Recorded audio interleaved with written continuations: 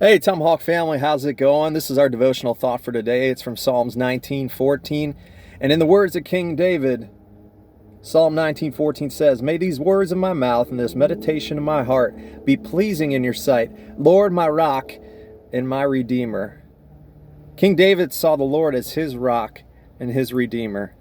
King David saw the Lord as his rock and his redeemer because the Lord was his strength and the Lord was his deliverer in his times where he thought he was going to spiritually stumble. And because David saw the Lord as his rock and his redeemer, David wanted his words to always be pleasing in God's sight, and David wanted his heart fixated on things that were pleasing in God's sight. We forget the Lord sees all, so why do we try to hide anything from the Lord?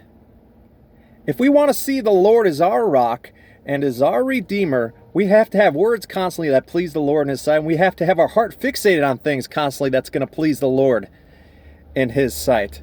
Scripture says, where your treasure is, that's where your heart is also. God knows where our hearts are, so why not have your heart fixated on things that honor him? Don't have your heart fixated on things that the world desires. Have your heart fixated on things that God desires. And I think your speech is going to be speech that God desires if your heart is in tune with what God desires.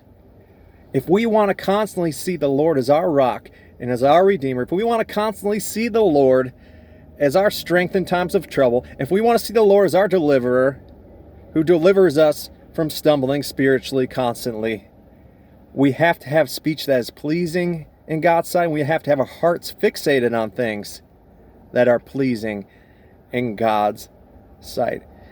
And when we have speech that is pleasing in God's sight, when we have our hearts fixated on things that are in God's sight, people see that, and people are going to ask questions, and lives are going to be changed. I hope you guys have a great day.